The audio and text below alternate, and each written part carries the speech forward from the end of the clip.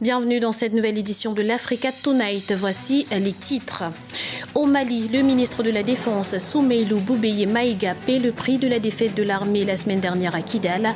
Il a présenté sa démission au gouvernement ce mardi.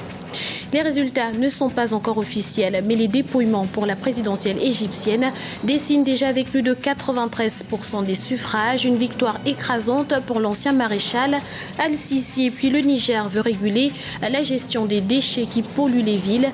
Au-delà des lois et des mesures de coercition, des campagnes de sensibilisation vont être initiées. Mais tout d'abord, des barricades dressées, des rues désertées, c'est le visage de la capitale centrafricaine ce jeudi, après l'attaque hier soir qui a visé l'église Notre-Dame de Fatima au centre-ville, une attaque qui a coûté la vie à une quinzaine de personnes. La Centrafrique reste donc en proie aux violences et ce, malgré la présence des troupes de l'opération Songari et des soldats de la MISCA.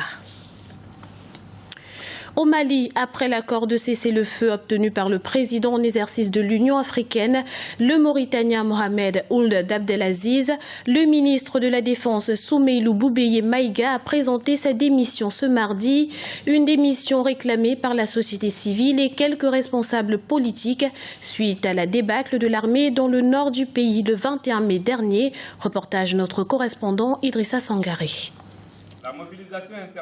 Au Mali, le ministre de la Défense, Soumeylou Boubeye Maïga, a rendu sa démission ce mardi. Après l'échec de l'offensive lancée par l'armée malienne le 21 mai dernier, sa démission a été demandée par la société civile malienne et la classe politique. Initiateur d'un vaste programme de réforme des forces armées du Mali, pour certains analystes, sa démission est la conséquence d'une incohérence de la gestion du pays.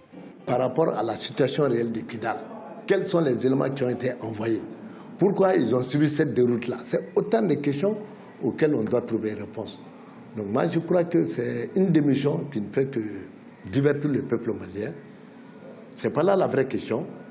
Il y a eu un déni de gouvernance encore, malheureusement, qui vient s'ajouter à une série de scandales. Donc il est temps qu'on mette fin à ça, qu'on se concentre sur l'essentiel. Le président mauritanien Mohamed Ould Abdelaziz et actuel président de l'Union africaine a pu obtenir samedi la signature d'un accord de cessez-le-feu. Pour l'opinion nationale malienne, la solution reste la négociation. C'est un accord arraché aux forceps parce que l'armée malienne était dans une position inconfortable et que l'État n'avait pas d'autre choix que de faire appel. Le problème de Kidal, c'est un problème diplomatique et que le Mali doit être fort dans la diplomatie. À l'heure où nous sommes, militairement, nous ne sommes pas prêts pour faire face à ces groupes djihadistes. Le colonel à la retraite Bandao a été nommé au poste de ministre de la Défense. Militaire de carrière, le colonel Dao a été chef d'état-major de l'armée de l'air. Il aura la mission de continuer la réforme de l'armée malienne qui peine aujourd'hui à accomplir sa mission régalienne de défense de la nation.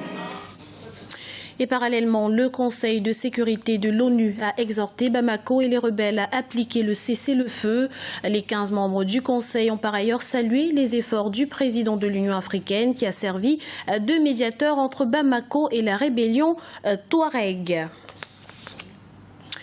En Égypte, selon les premiers résultats, l'ancien maréchal Abdel Fattah al-Sisi aurait largement remporté l'élection présidentielle avec plus de 90% des voix au détriment du candidat de gauche Hamdine Sabahi, son unique adversaire qui n'aurait obtenu que 3% des suffrages. Une victoire prévisible. On écoute à ce propos Mohamed Azim, analyste politique.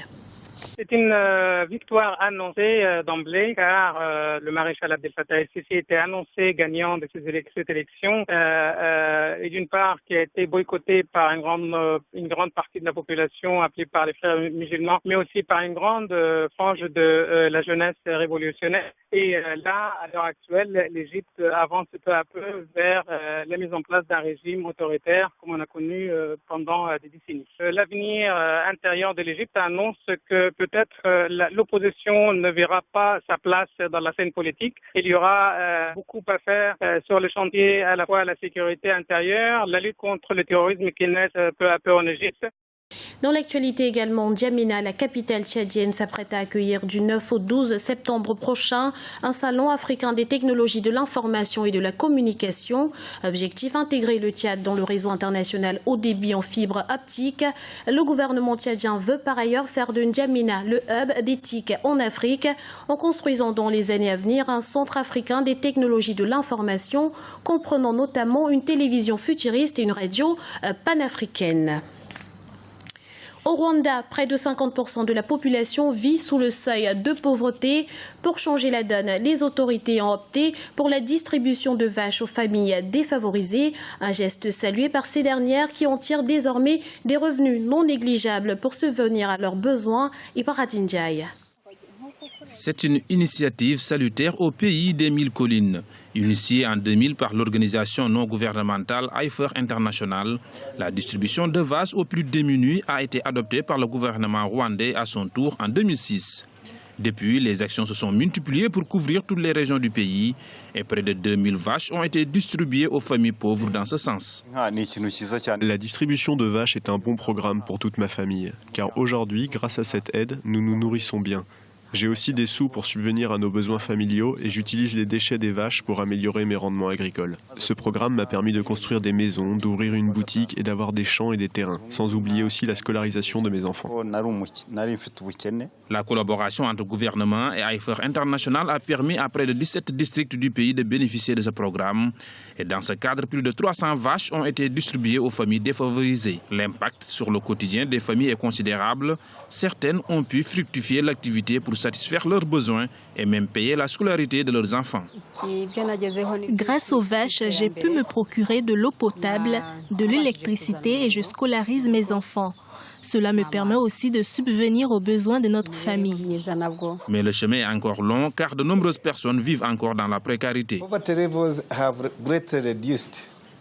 La pauvreté est en baisse. L'histoire des bénéficiaires en témoigne. Certains ont pu scolariser leurs enfants et d'autres ont pu bénéficier des assurances dans le domaine de la santé.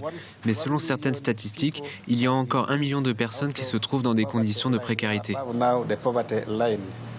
Le Rwanda poursuit son programme pour l'émergence 2020. Le pays se place à la 3e place des économies les plus compétitives sur le continent avec une croissance de 7%. Quant au taux de pauvreté, il a baissé d'environ 25% ces dernières années. Au Niger, des sanctions et des lois existent pour réguler la gestion des déchets solides. Pourtant, la capitale croule sous des tonnes d'ordures. Autorités municipales et organismes divers se battent pour assainir la ville afin de lui redonner son éclat d'antan. Reportage de notre correspondante Géraldine Noubadan. Les lois pour sanctionner les pollueurs dans la ville de Niamey au Niger semblent inefficaces face à la recrudescence d'actes et de comportements qui dégradent la capitale. Des textes comme la Constitution, le Code d'hygiène publique, ainsi que d'autres lois obligent les Nigériens à plus de salubrité pour un environnement sain.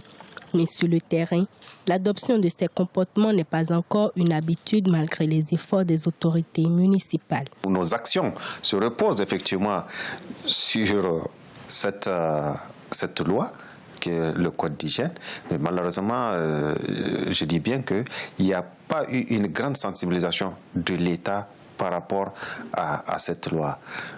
Et ça, souvent, ça crée un certain nombre de difficultés sur le terrain. Pour accompagner les actions de la mairie, des associations et ONG se chargent de la précollecte et du traitement des déchets solides et ménagers.